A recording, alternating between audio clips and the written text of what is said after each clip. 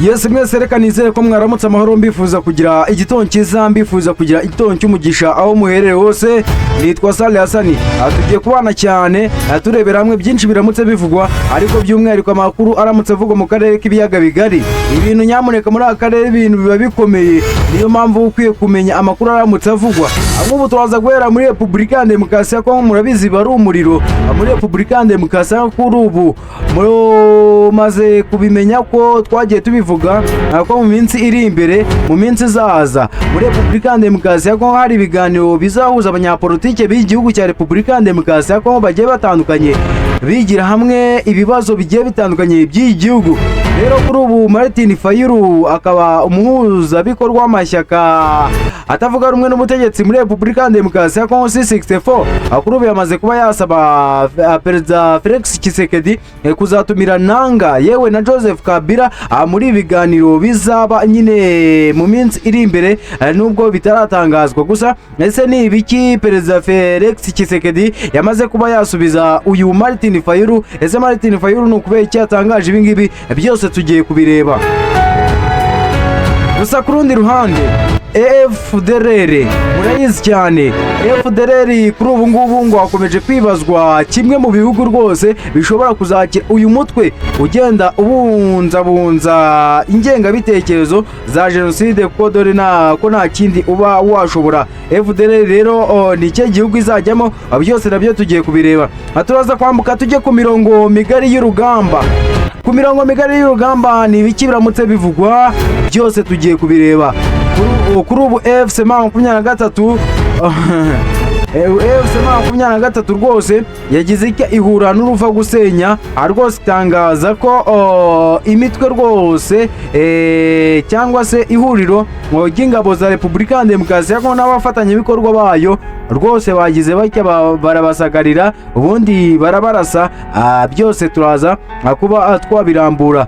Muri Tanzania ni muri Kenya abantu rwose bari bamaze amasaha ngahe bari bamaze amasaha 3 batangiye kubana nk'umugabo n'umugore, mbese ubukwe burangiye ako kanya bahita bitaba Imana. Ibyo byo ni ibiki bikomeje kuba byavugwa hano? Byose rero nibyo tugiye kurambura, munyemere tubicishemo amaso turebe ngo ni ibiki. Turaza guhera rero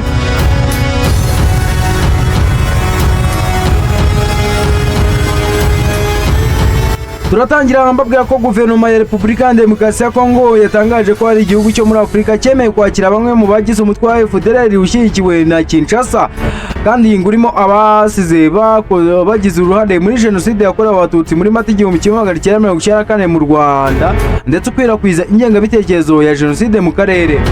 Repubulika ya Demokarasi ya Kongo imaze iminsi ivuga ko yajyanye ibiganiro n'umutwe w'iterabwoba FDLR urambika intwaro hasi, ariko banze gusubizwa mu Rwanda.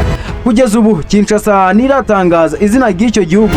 Kuba icyo gihugu rero cyaragizwe ibanga bituma hibazwa igihugu cyiteguye kwakira abantu batejeje ikibazo cy'umutekano kimaze imyaka irenga 30 yose mu karere k'ibiyaga bigari. FDLR umutwe w'iterabwoba washinze imizi mu burasirazuba bwa Repubulika ya Demokarasi ya Kongo uteje akaga gakomeye mu karere k'ibiyaga bigari aho u Rwanda ruherereye, dore ko mu myaka myinshi ishize umuryango mpuzamahanga wagiye upfobya uburemere bw'ibibazo bya FDLR iteye u Rwanda, abasivile bo muri Kongo ndetse n'umutekano w'akarere muri rusange. Uyu mutwe washinzwe na bamwe mu bari mu ngabo za ex-FARC n'interahamwe zakoze jenoside yakorewe abatutsi igahitana abarenga miliyoni imwe mu minsi 100. Bakongeje mu burasirazuba bwa Repubulika ya Demokarasi ya Kongo ingengabitekerezo y'urwango n'ubugizi bwa nabi zagize uruhare mu gukomeza ihohoterwa ryibasiye icyo gice cy'igihugu. Amasezerano ya Washington yarashyizweho umukono mu Ukuboza 2025 asaba ko gahunda yo gusenya FDLR yihutishwa. Hanyuma ariko Repubulika ya Demokarasi ya Kongo yatangaje kandi ko igeze ku bihugu byinshi igitekerezo cyo kuba FDLR yakwamburwa intwaro ku bushake, ariko u Rwanda rubyamaganira kure kuko binyuranyije n'amasezerano ibihugu byombi byasinye i Washington.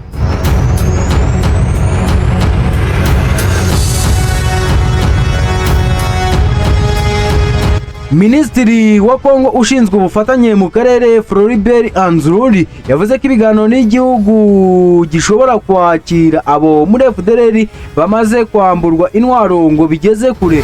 Anzururi yabwiye RFI ati hari igihugu kimwe cyamaze gutanga uburenganzira bwacyo. Yongeye ko Kinshasa izatangaza icyo gihugu ku mugaragaro vuba. Repubulika ya Demokarasi ya Kongo mu buryo busa no kwiyererutsa ivuga ko abagize FDLR bazabanza kurambika intwaro, abazemera gusubira mu Rwanda bazacyurwa, naho abatazashaka cyangwa abatazashobora gusubirayo bagahabwa amahirwe yo kwimurirwa mu gihugu kimwe cyangwa byinshi. Ariko igihugu icyo ari cyo cyose cyakwemera kwakira abagize FDLR gisabwa kubanza gusuzuma neza amateka y'abantu kigiye kwakira. Ariko tekereza kwakira umuntu, ukakira umuntu ubizi ko aturutse muri FDLR, watekereza ko icyo gihugu cyawe kigiye kugira uwuhe mutekano? Reba nawe bavuye mu Rwanda bakoze jenoside, bagiye muri Repubulika ya Demokarasi ya Kongo, baminjireyo umwuka mubi cyane wuje ingengabitekerezo yewe n'abacakubiri hariya n'ubundi muri Repubulika ya Demokarasi ya Kongo. None wengura igihugu runaka ugiye kwakira FDLR? Erewe ubwo waba ushaka iki? Icyo rero wamenya kuri ubu, FDLR ntabwo ari itsinda risanzwe ry'impunzi rishakaho gutura, oya, ntabwo kandi ari abasirikare b'abanyamahanga bageze mu zabukuru basanzwe bakorera mu mashyamba ya Kongo, oya, ahubwo amateka yabo ntashobora gutandukanywa n'uruhare bamwe mu bagize muri jenoside yakorewe abatutsi muri Mata 1994 mu Rwanda. Ibikorwa by'iterabwoba bya FDLR mu myaka itandukanye byagize ingaruka ku bice by'uburengerazuba n'amajyaruguru. Uburasirazuba bwa Repubulika ya Demokarasi ya Kongo rero bwahindutse indiri ya FDLR, aho ishakira abarwanyi bashya bakoreshwa mu ntambara FARDC ihanganyemo na AFC-M23 no mu bikorwa byibakisirwa n'abasivili. Akanama ka Loni gashinzwe umutekano katangaje ko FDLR yakoze ibikorwa bikomeye byo kurenga ku mategeko mpuzamahanga birimo ubwicanyi burenga 600, gukomeretsa abantu, ihohoterwa rishingiye ku gitsina no gukura abaturage mu byabo no ku gahato n'abagore n'abana bari mu bibasiwe. U Rwanda rumaze igihe rugaragaza ko umutwe w'iterabwoba wa FDLR uyobowe n'ingengabitekerezo ya jenoside udakwiye guhabwa umwanya w'ibiganiro. Igihugu kizakira abagize uyu mutwe gikwiye kwibaza niba hazabaho gusenya FDLR nk'umutwe witwaje intwaro ufite ingengabitekerezo ya jenoside, cyangwa niba kizaba kihaye urundi rubuga rwo gukomeza gukwirakwiza ingengabitekerezo yayo, urugomo n'urwango nk'uko byagenze mu burasirazuba bwa Repubulika mu burasirazuba bw'u Rwanda no muri Repubulika ya Demokarasi ya Kongo. Abasesenguzi bemeza ko niba igihugu kizakira abo bantu koko kiyemeje guteza imbere amahoro, kwakira FDLR ntibikwiye gusimbura gahunda yo kuyisenya, ahubwo kigomba gukemura no gusenya inzego zatumye ingengabitekerezo yayo ikomeza kubaho.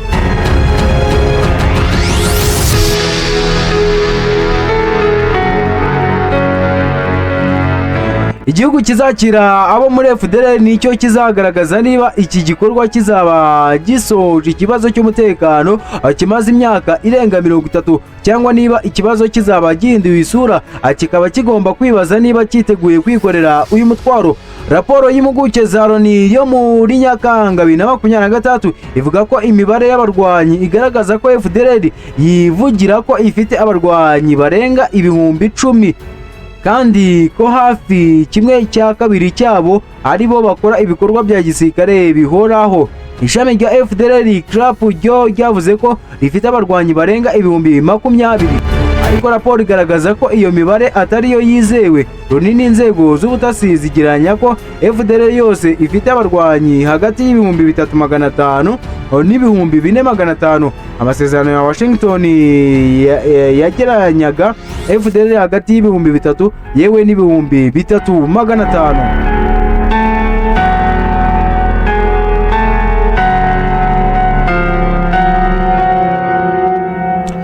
rero ikintu abasesenguzi benshi bakwiye kugenda bakwibazaho cyangwa se natwe icyo twakomeza kwibazaho nk'abakunzi ba Man TV, nk'ubu u Rwanda iyo rubazwa ruti ni ukubera iki hariho ingamba z'ubwirinzi nyine ku mipaka, ruvuga ko ari gahunda nyine yo kugira ngo barandure FDLR, basenye FDLR twamaze kubyumva ko ari abasize bakoze jenoside mu Rwanda. urumva rero niba igihugu kizakira iyi FDLR kizayakira kikayicumbikira nyine nka FDLR, bivuze ko icyo gihugu nacyo kizaba gishaka amakimbirane nyine ku ruhande rwacyo n'u Rwanda, kuko niba FDLR ikomeje kubaho n'ubundi ntabwo gahunda yayo izaba ihagaze.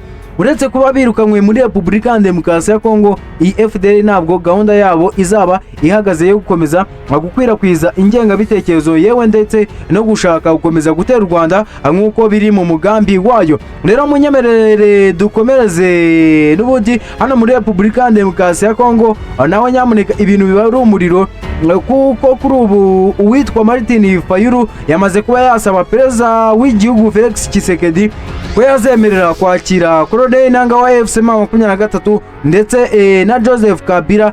Murabizi aba bagabo bombi rwose bari mu bantu batavuga rumwe na perezida w'igihugu uyoboye iki gihugu nyine cya Repubulika ya Demokarasi ya Kongo Felix Tshisekedi. Kuri ubu icyo mwamenya nuko uyu Joseph Kabila, uyu Martin Fayulu yasabiye kuza muri Repubulika ya Demokarasi ya Kongo nyine mu biganiro by'igihugu, yamaze kuba yakatirwa igihano cy'urupfu n'inkiko n'ubundi zo muri Repubulika ya Demokarasi ya Kongo. Nanga nawe yahoze ari perezida wa komisiyo ya Seni, niwe watangaje perezida Felix Tshisekedi nk'umuntu watsinze amatora. None kugeza maginga yangaya niwe muhuzabikorwa mukuru wa AFC M23 ihanganye na Repubulika ya Demokarasi ya Kongo. None se ni ukubera iki Martin Fayulu yasabye ko Nanga cyangwa se uyu Joseph Kabila wahoze ayobora Repubulika ya Demokarasi ya Kongo bose baza hano mu biganiro? Munyemerere rero byose tubicishemo amaso turebe ngo ibinyamakuru bimwe na bimwe biba byagiye bivuga iki kuri iyi ngingo. Ese byo ni igiki wowe ukwiye kumva muri ibi bintu? Nyamuneka gusa niba ukunda ibiganiro n'inkuru tubagezaho, we kora subscribe ukande like, ubundi ibitekerezo byanyu ni ingenzi kurushaho. Mwese reka dukomeze turebera hamwe byinshi cyane kuri ingingo ya Martin Fayulu yasabye perezida w'igihugu kwakira abatavuga rumwe nawe nyine mu biganiro by'igihugu. Muri Minembwe Capital News bateruye bagira bati umuyobozi w'ihuriro C64 rihuza amashyaka n'abanyapolitike batavuga rumwe n'ubutegetsi muri Repubulika ya Demokarasi ya Kongo RDC Martin Fayulu arasaba perezida Felix Tshisekedi kwagura ibiganiro by'igihugu biteganyijwe kugira ngo bizitabirwe n'abanyapolitike ndetse n'abandi bafite uruhare mu bibazo bya politike n'umutekano biri mu gihugu. Gusa by'umwihariko Fayulu avuga ko Joseph Kabila wahoze ari perezida wa Repubulika ya Demokarasi ya Kongo na Colonel Nanga uyobora ihuriro FC M23 bakwiye gutumirwa muri ibyo biganiro kugira ngo babone umwanya no kwisobanura mu birego bashinjwa no kugira uruhare mu gushaka umuti urambye w'ibibazo bya politike n'umutekano bimaze imyaka bihungabanya igihugu. Ibi Fayulu yabigarutseho mu kiganiro yagiriye i Paris mu Faransa, aho yagaragaje ko ibiganiro by'igihugu bitagomba kuba urubuga ruhuza gusa abo ubutegetsi bwemera, ahubwo ko bikwiye guhuriza hamwe impande zitandukanye zifite aho zihuriye n'ibibazo bya Repubulika ya Demokarasi ya Kongo.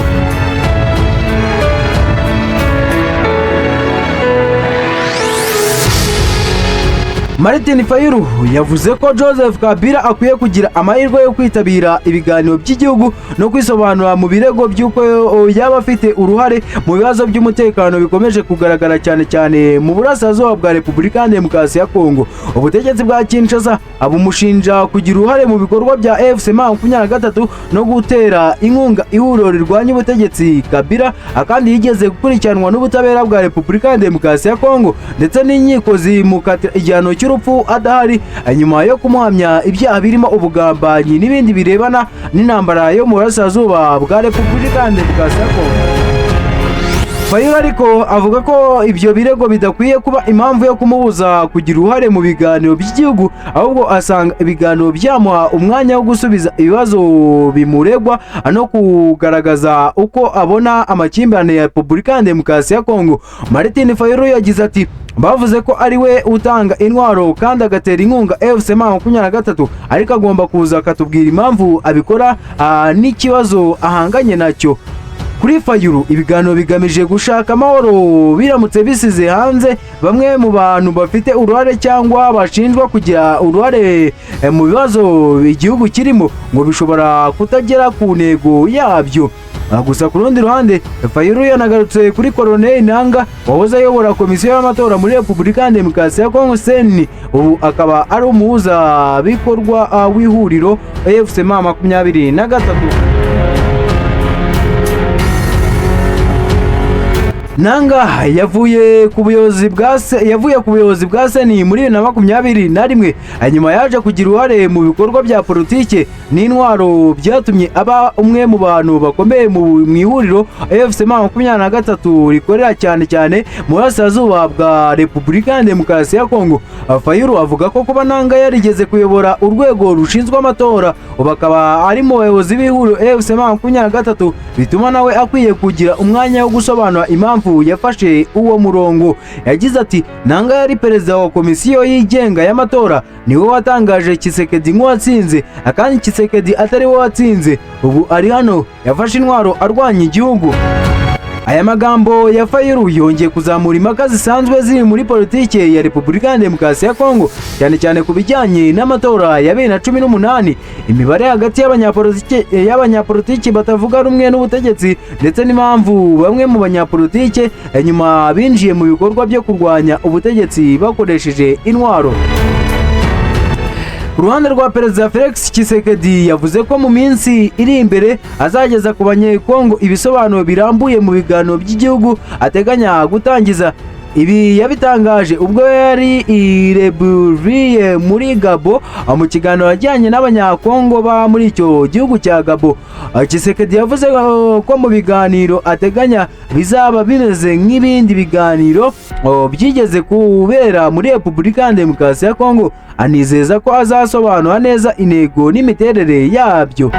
Tshisekedi yagize ati mu minsi iri imbere nzavugana n'abanyekongo kugira ngo mbasobanurire iby'ingenzi n'imiterere y'ibiganiro, ariko ubu nshobora kubabwira ko ibiganiro bitazasa na gato n'ibiganiro byose byigeze kuba mu gihugu cyacu. Iri tangazo rije mu gihe Repubulika ya Demokarasi ya Kongo ikomeje guhangana n'ibibazo bikomeye bya politike, umutekano ndetse n'imibanire hagati y'ubutegetsi n'abatavuga rumwe nabwo. Yewe muri Repubulika ya Demokarasi ya Kongo ibintu biba ari umwoto, ibintu biba ari intambara, nk'ubu ngubu ntiwamenya ngo bimeze bite. Gusa kugeza ubu igisigaye ngo ni ugutegereza urutonde rw'abazatumirwa muri gahunda nyirizina y'ibiganiro n'ibibazo bizashyirwa ku meza. Ibyo nibyo bizerekana niba gahunda Tshisekedi yatangaje ishobora kuba intambwe igana ku bwiyunge cyangwa ku bwiyunge bwa politike, cyangwa ngo niba izongera kuba imwe mu nzego z'impaka zisanzwe n'ubundi ziranga politiki ya Repubulika ya Demokarasi ya Kongo. Nibyo mbabwira, ni muri Repubulika ya Demokarasi ya Kongo ntabwo ibintu biba byoroshye n'aka na gatoya. Gusa niba hari igitekerezo ufite kuba watanga kuri iyi ngingo, rwose ntabwo uhejwe, igitekerezo cyawe wakisanzu ukagitanga nta kibazo. Gusa reka twinjire ku mirongo migari y'urugamba, ari naho dusoreza tugende dusoza. Nyamuneka Repubulika ya Demokarasi ya Kongo, icyo nababwira, kuva kera ba Patrice Lumumba barimo bashaka ubwigenge, icyo wamenya Repubulika ya Demokarasi ya Kongo ihora mu mvururu, ihora mu ntambara. Hano kuri Man TV mu kiganiro kigaruka ku mateka ya Patrice Lumumba bavuze uburyo iki gihugu cya Repubulika ya Demokarasi ya Kongo cyabonye ubwigenge, ariko n'ubundi muri icyo gihe icyo nababwira, Kasarani ngo yari yitandukanyije na Kinshasa. Byari ibihugu bibiri, kandi icyo gihe bari barimo baramagana umuzungura. bari barimo baramagana umuzungu bashaka nyine kubona ubwigenge, ariko icyo gihe n'ubundi habaho ukutumvikana gukomeye, ari nabyo byaje kuviramo urupfu iyi ntwari ya Afurika, akaba intwari ya Repubulika ya Demokarasi ya Kongo, Patrice Lumumba. Rero izo mvururu guhera icyo gihe kugeza na magingo aya ngaya nibyo byakoze umushumi birinda bigeze magingo aya ngaya. Rero buri wese aba yifuza kumenya ngo ku mirongo migari y'urugamba hari iki, harimo haravugwa iki, n'ibiki biba byaramutse bivugwa. Ni amasasu nta kindi kiba cyaramutse kivugwa. Gusa kuri ubu icyo nakubwira, M23 ntabwo yorohewe n'aka na gatoya, kuko niyo babyitangarije. Yatangaje ko ihuriro ry'ingabo nyine rya Repubulika ya Demokarasi ya Kongo n'abafatanyabikorwa bayo ntabwo ibintu byoroheye M23, ntabwo byoroshye. Reka turebe ngo ho byaramutse bimeze bite.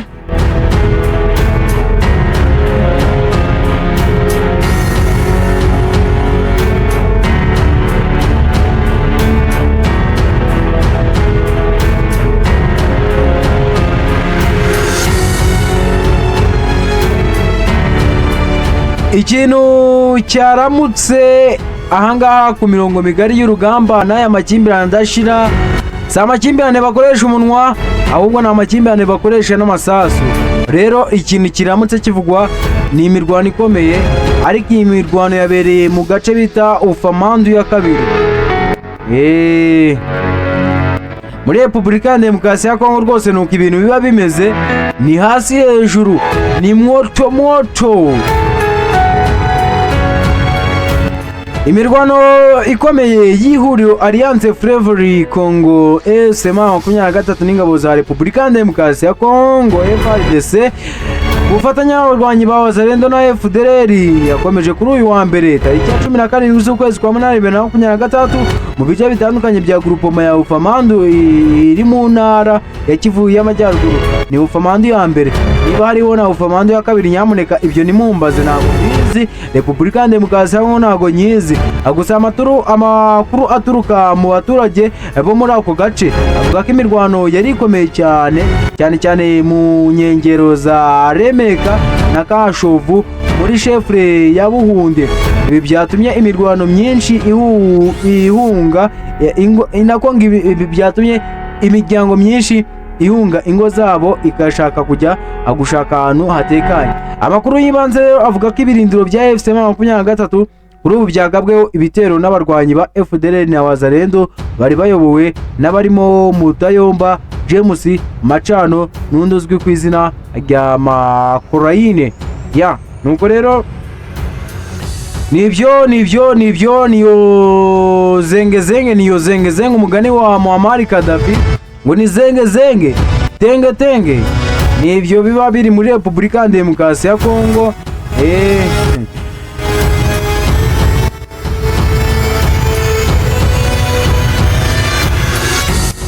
Ni imirwano na amasasu, ntago biba byoroshye n'aka na gatoya cyane. Ubwo rero nayo makuru yararamutse avugwa ku ruhande rumwe aho muri Repubulika ya Demokarasi ya Kongo. Reka ndebe ko hari icyo hano mu Rwanda nababwira.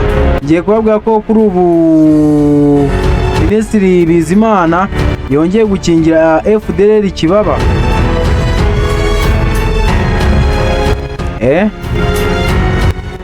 Iyi nkuru ngiye kuyisoma mu kinyamakuru Igihe ni ikinyamakuru bwiza.com. Mu kinyamakuru bwiza.com bateruye bati Minisitiri w'Ububanyi n'Amahanga w'u Burundi Edouard Bizimana yongeye gukingira FDLR ikibaba, avuga ko mu myaka 30 ishize uyu mutwe utigeze ugaba igitero na kimwe ku Rwanda. Narakomeza iyi nkuru icyo nababwira impamvu Uburundi buvuga ibi ngibi. Uburundi ni umwe mu bafatanyabikorwa ba Repubulika ya Demokarasi ya Kongo mu kurwanya M23. M23 murabizi ko ari ihuriro rwose ryiyemeje kurwanirira abakongomani bavuga ururimi rw'ikinyarwanda bo mu bwoko bw'abanyamurenge, nyine bavuga ururimi rw'ikinyarwanda. rero Repubulika ya Demokarasi ya Kongo abangabo bose ibahora ngo kuba bavuga ikinyarwanda, ibabwira ngo batahe basubire iriya nyine ngo basubire iyo baturutse, ubwo ni mu Rwanda. Rero murabizi ko mu minsi yagiye ihita nyine abishwe mwagiye mubumva ihohoterwa rikomeye ryagiye riba, ibitero bigenda bibakorerwaho murabibona. Rero impamvu Uburundi bubivuga nuko bo FDNB igisirikare cy'u Burundi, FDLR nako umutwe witwaje intwaro ugizwe n'abajenosideri basize bakojeje jenoside mu Rwanda, ndetse na Wazalendo, ni imitwe nyine ikorera, ni imitwe y'inyeshyamba ikorera hariya mu gihugu cya Repubulika ya Demokarasi ya Kongo.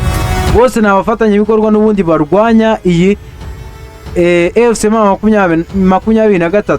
Rero AFC M23 icyo twebwe tuzi ibikomeza kugenda bivugwa, haba mu bihano byagiye bifatirwa u Rwanda nyine rwagiye rushinjwa ko rufasha AFC M23 nyine mu bikorwa bigiye bitandukanye.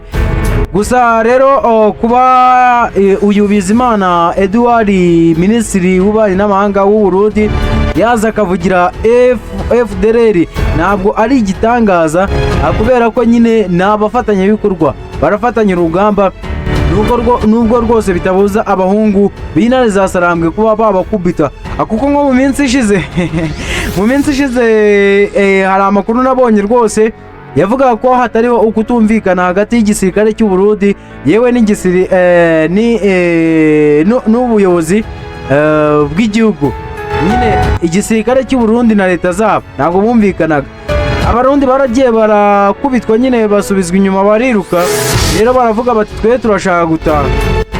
Ubwo rero kuba uyu Bizimana yaza akavugira aba bafatanyabikorwa babo nyine bafashe n'umurongo wayobye, nta gitangaza kirimo rwose, nta gishya kirimo, ibyo ngibyo nta gishya kirimo, ko nyine ni abantu bose bafatanya hariya imbere y'urugamba baba barimo baragira batya barwanya AFC M23.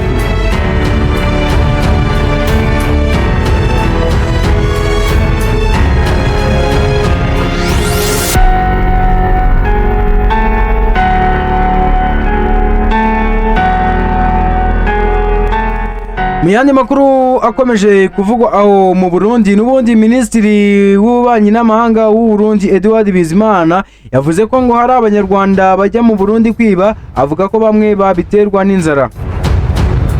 Ntago narenza hano. Ikintu nabwira cyo uyu mugabo w'u Burundi, niba ari minisitiri, u Rwanda, abanyarwanda, abaturage b'u Rwanda ni abantu biyubashye cyane. Ibyo bintu ntabwo ngiye kuvuga byinshi kuri ibyo, gusa icyo nababwira uyu minisitiri w'u Burundi, abanyarwanda turiyubashye, twebwe dufite indangagaciro tugenderaho nk'abanyarwanda. Rero kujya kwiba iyo ngiyo mu Burundi muturusha ikisi, ni igihe kiriyo. Ubu se ni abarundi bakeya bamaze gufata ubwenegihugu bw'u Rwanda, nabo tuvuge se ko bahunze baje gufata, baje kwiba, bahunze se bavuye iwanyu bavuye kurya bahaze baza mu nzara? Ibyo ngibyo bavuze rwose bwana muyobozi, sinkubahutse, uzubahukwa n'abo mungana.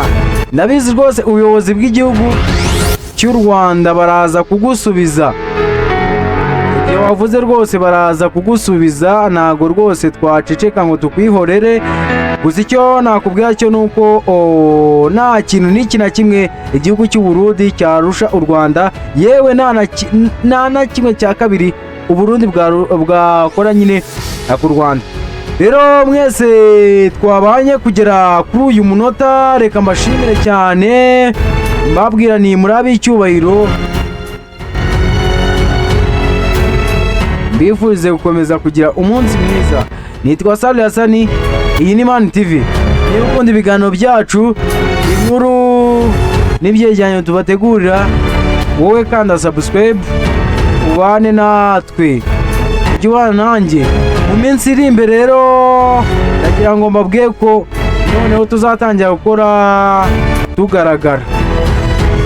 Amashusho yanjye ntabwo muzaba mucyumva ijwi gusa, ahubwo muzaba mundeba no mu maso. Murebe uburyo mba ngenda bagezaho amakuru munyirorera rwose mu maso, si ibyo se? Reka rero mbashimire, mbifuza gukomeza kugira umunsi mwiza. Imana ihereze umugisha imirimo y'amaboko yanyu mwese. Reka mbifuze guhaha mu karungu.